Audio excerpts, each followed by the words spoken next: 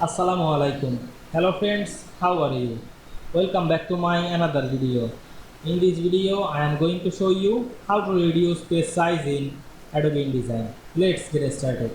At first, you have to open your InDesign software. Now you want to reduce the paper size. You can enable open your document. Now we go to the file menu.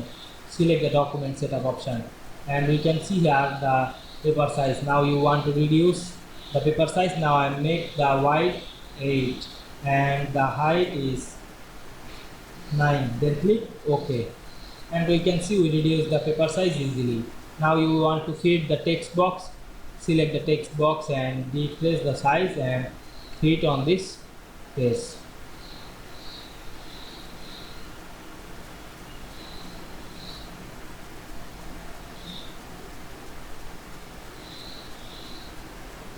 Now you can see we reduce page size very easily. I hope you enjoyed my video. Please like, comment, share and subscribe my channel. Thanks for watching.